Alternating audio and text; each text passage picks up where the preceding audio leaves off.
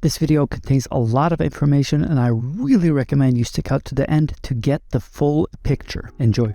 Alright, so you're overflicking a lot and you've come to your dad to figure out why and how to fix this. Alright, so firstly, it's really important to realize whatever you're doing in that aim trainer will be a direct reflection and a habit builder to what you do in your game.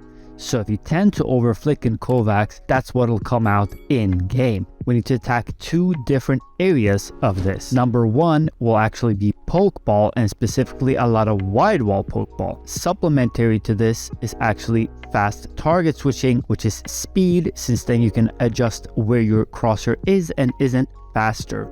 Reaction work as well, but again, our main focus here is going to be those Pokeball scenarios. So what is Pokeball and what is target switching? Well, the Pokeball and target switching have in common is that you hold down mouse 1 and go from target to target. What you want to be focusing in Pokeball is those smaller, more accurate flicks, while target switching is generally used for speed. You want to do those faster flicks while the target is moving, so you're basically getting a mix of that flicking and that tracking part for you to use in two different techniques. We're actually going to be having two different focuses to help you overcome that overflicking issue. Now, number one is going to be those target switching scenarios, which will be focusing a lot more on speed. This is to get your aim into tune with things and to help you with the speed part that you're dealing with in game, because in game those flicks are usually very, very fast. Now, the main thing that will actually help you the most in this overflicking issue is actually those Pokeball scenarios. And why and how do we play this? Because we're actually going to be targeting those Pokeball scenarios in a very unique way that not a lot of people talk about. This is where it really becomes interesting. When you switch to the Pokeball versions, you should be focusing on what's known as smooth pathing, which is moving your crosshair slowly, very slowly, like I'm doing right now, and focusing on not under or over flicking. This way you'll actually build better habits. Now, this isn't something that you'll do once and you'll see crazy results and it'll be fine. This is something you have to build up, and it'll take a lot of time to actually rewire your flicks. But in like a week, in a month, however long it takes for you personally, your flicks will be a lot cleaner and you'll notice they'll be a lot snappier. And that's what we're going for actually. So work on both speed, and then when you're doing these smaller versions of the scenarios, you should just go very slowly and don't overflick. Like the main thing is not to overflick on the target. You can overflick because then you'll adjust a little bit, but like you should always go very, very slowly. So there's a couple of other playlists besides this one that you can use that are more Pokeball oriented. This one is a lot for reflex and speed as well. So this one is the whole package deal, so to speak, and not only Pokeball. Something like my corrective flicking routine is a lot more speed based here, and there's a lot more target switching based, but it's great nonetheless. My corrective snaps playlist right here is also really, really good.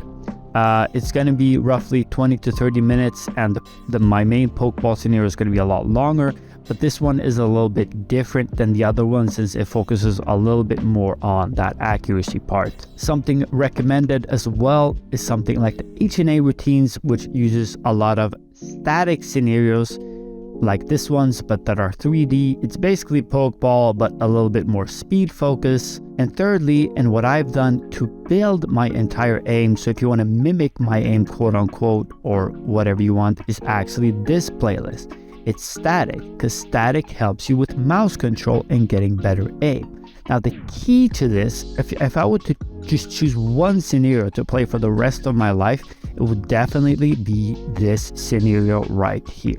So it's wide wall style, which means we're doing those large motions and then doing that little bit of adjusting to actually learn micro adjusting and how to do proper flicks. Now, in this, you want to actually be focusing on my static way, which is something similar to the bardpill, but not real. So what you want to be doing here is letting go of your mouse 1. That's right, letting go. So I'm moving my mouse while I'm letting go of my mouse 1 and just placing my crosshair on the target. I'm confirming my crosshair is on the target, and I also have these changes in light, as you can see. And when I see that change in light, that's when I physically move my finger to mouse 1 and oops, click. I literally just missed that. That's how I'm doing. Obviously, it's gonna look faster when I'm doing it in game and doing it for real. I've been doing this for a long time as well. But overall, this specific technique paired with that smooth pathing Pokeball is definitely what built my entire aim and made my flicks way better. I've sort of moved away from this style and gone more to the target switching speed side, which is really effective for a little bit more advanced users. But this, if you're intermediate to a beginner level player, is a really good way to just like build solid mouse control and solid flicks all around. There's actually 3 types of static that you need. Extra small wide wall scenarios, which we'll be focusing on accuracy a lot more. Now, noted here is when I say focusing on accuracy, it does not mean neglecting speed, but roughly doing 80% accuracy and 20% speed here will give you the best results. The second is small to large scenarios. Now, we need both normal wall and wide wall here as well. For the small one, we're going to be focusing a lot more on speed here. A lot of people say that small ones, you should be focusing more on accuracy, and that sounds neutral. But the truth is here that small is too big for the types of targets you find in most games. That's why we'll be attacking smaller scenarios with speed focus, roughly 60 to 70% speed focus, and the rest is accuracy. Now, large scenarios, we want to be doing a wide wall style of large scenarios. That's because you want to be focusing on upping the speed of your actual micro adjusting, which comes as a byproduct of wider style of scenarios.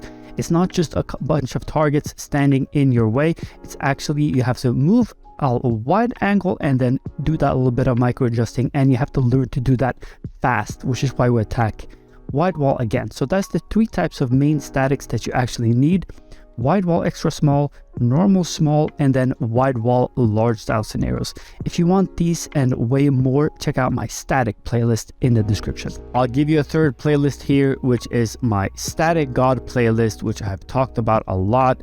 This is going to include all we've talked about and more even. This one has a lot of focus on reaction time, peaking, dynamic, stuff like that, because dynamic will also ultimately help you with your mouse control. This scenario, for an example, is really good for mouse control, and that will indirectly help your flicks, right? You could also do something like VT advanced static, which is basically a shrink style of scenarios, but I wouldn't put too much focus on this. My static god and some of my other playlists already include this, but it's a really good, basically the more you shoot it, the smaller it gets. So you're working on speed and accuracy at the same time. So you can see the bots now have gotten a little bit smaller, and they keep getting smaller until they're really small. This is a good way also to train your speed and accuracy at the same time. And lastly, I will mention this just because tracking will actually also help your flicking. See, the more you build up your overall aim, the more it'll complement other aspects of your aim. So if I build a little bit of reaction or a fundamental tracking basis, you will notice your overall flicks become a lot better.